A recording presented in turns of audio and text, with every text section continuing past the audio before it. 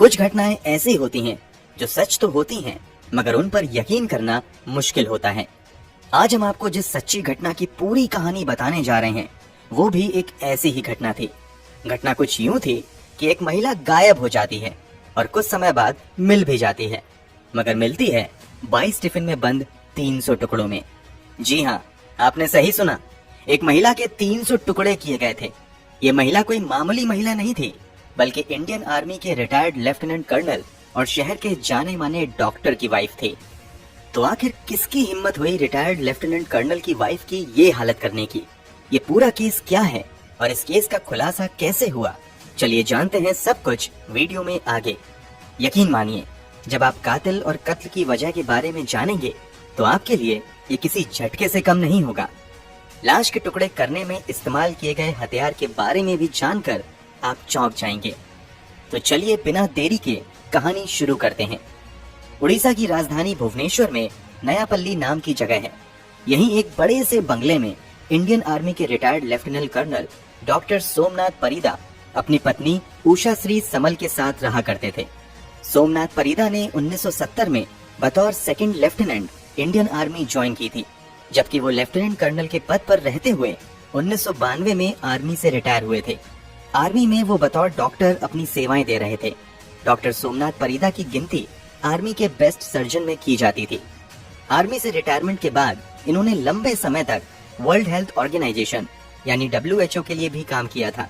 जब ये भुवनेश्वर में रहने लगे तो इन्होंने अपना खुद का क्लिनिक स्टार्ट कर लिया था। डॉक्टर सोमनाथ परिदा और उषा श्री समल के 2 बच्चे थे। बेटा डॉक्टर बनने के बाद अमेरिका में सेटल हो गया था, जबकि बेटी दुबई में सेटल हो गई थी।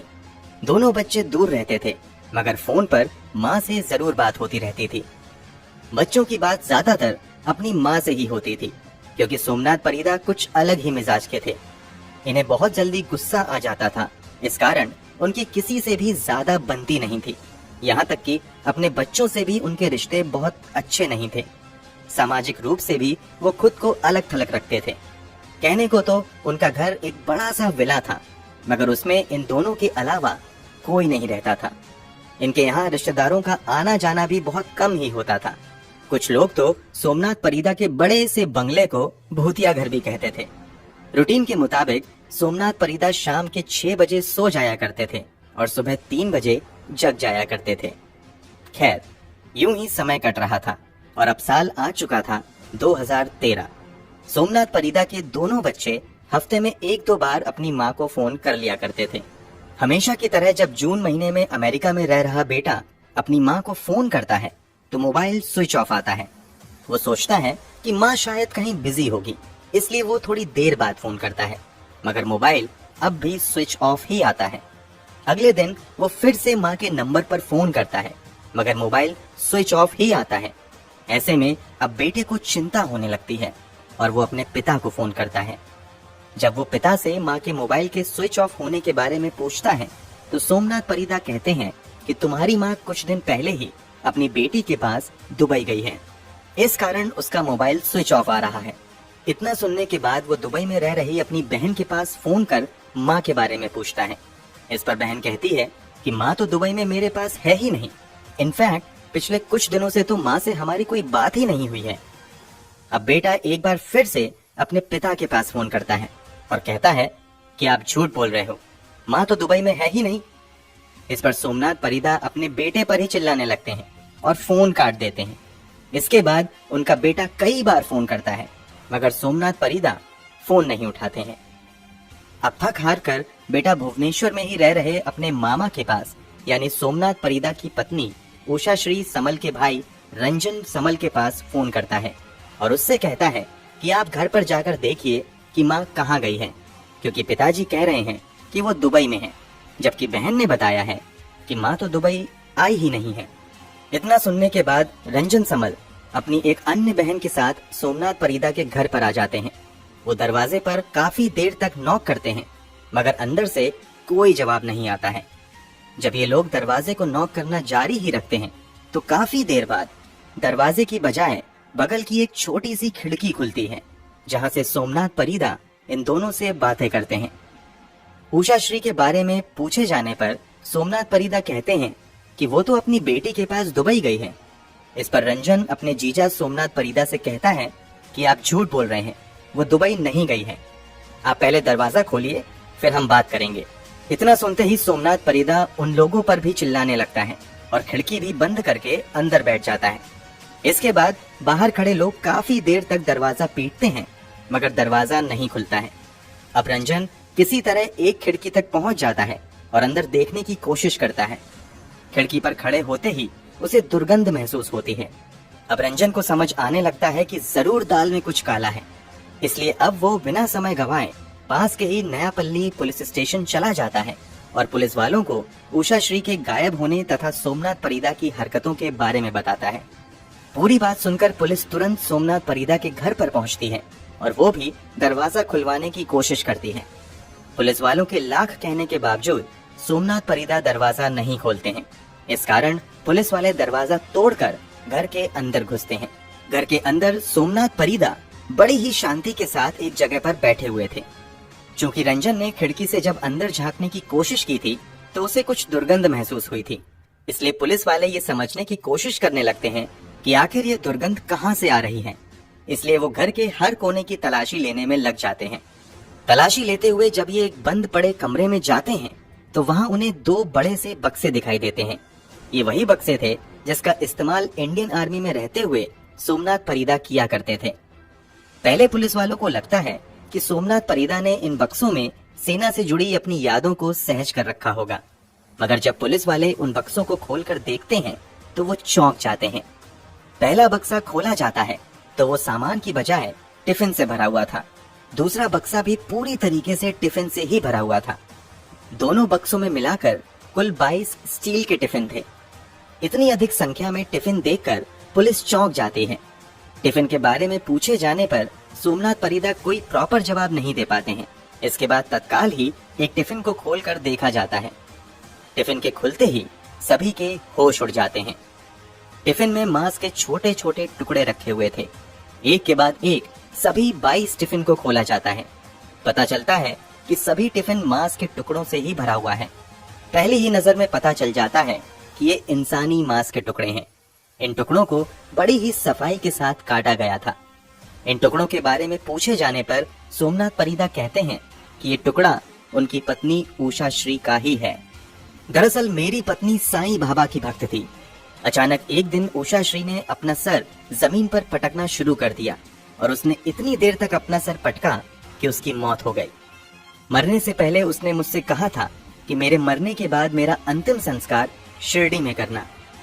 उषा की इच्छा अनुसार उसे ऐसे ही शिरडी ले जाना मेरे लिए संभव नहीं था, इसलिए मैंने लाश के टुकड़े करके टिफिन में बंद कर दिए ताकि मैं एक एक करके उन टिफिन को शिरडी ले जाऊं और वहां उषा का अंतिम संस्कार कर दूं।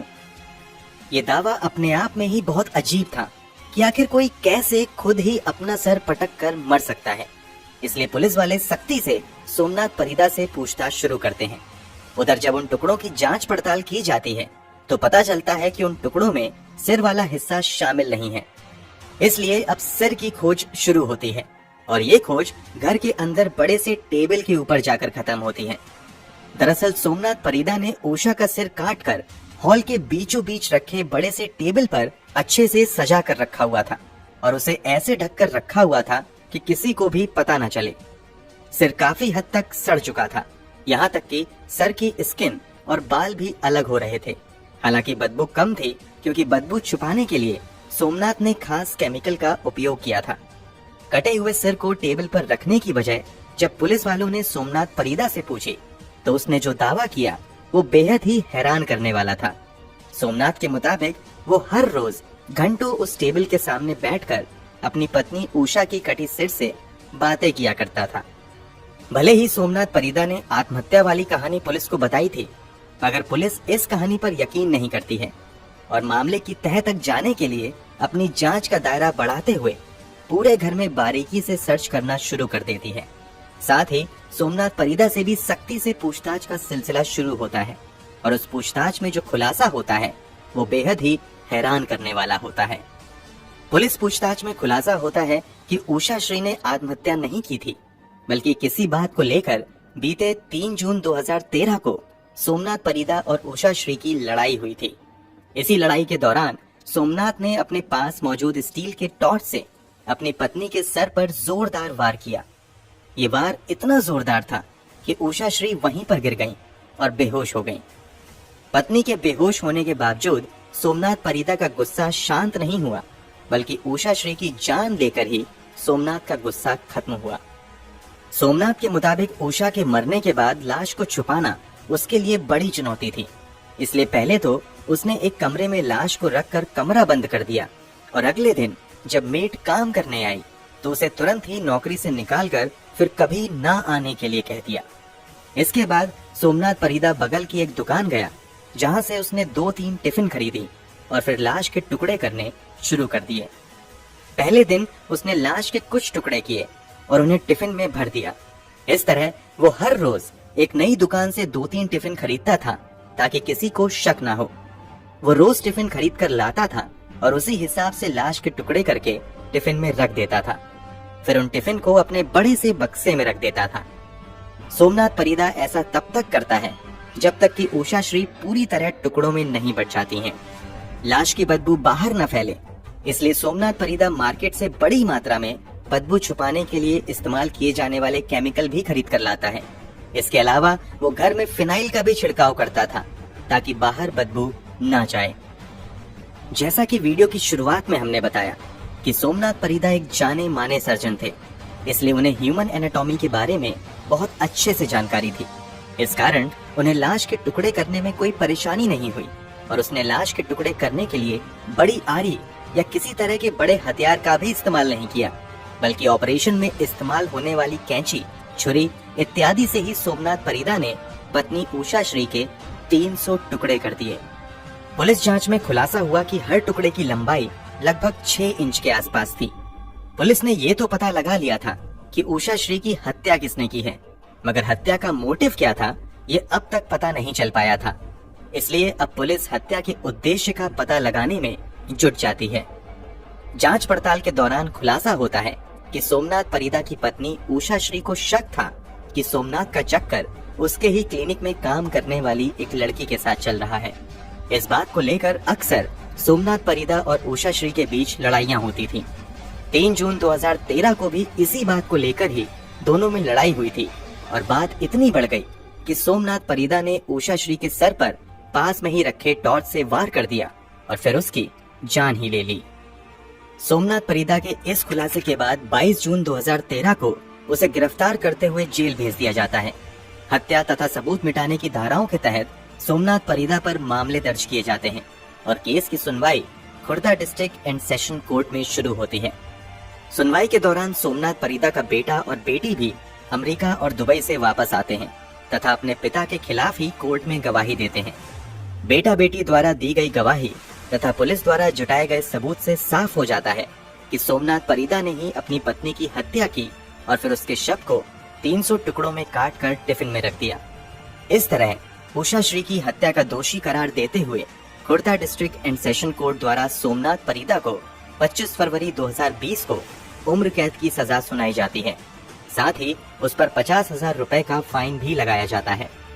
फिलहाल सोमनाथ परिदा की उम्र 80 साल है और वो भुवनेश्वर के पास मौजूद झारपाड़ा जेल में अपने सनक की सजा काट रहा है।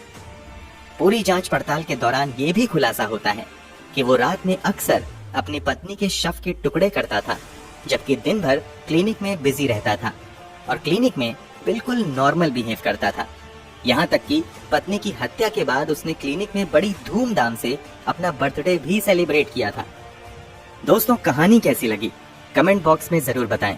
अगर आपको हमारी मेहनत पसंद आई हो तो इस वीडियो को लाइक करते हुए शेयर भी करें ताकि बाकी लोग भी इस खौफनाक कहानी के बारे में जान सकें। अगर आपने अब तक इस चैनल को सब्सक्राइब नहीं किया है तो जल्दी से चैनल को सब्सक्राइब कर लें। चैनल को सब्सक्राइब करने के बाद बेल आइकन दबाकर नोटिफिकेशन जरूर ऑन कर लें। मिलते हैं क्राइम की दुनिया से जुड़ी ऐसी ही एक और सच्ची कहानी के साथ अगले वीडियो में। धन्यवाद।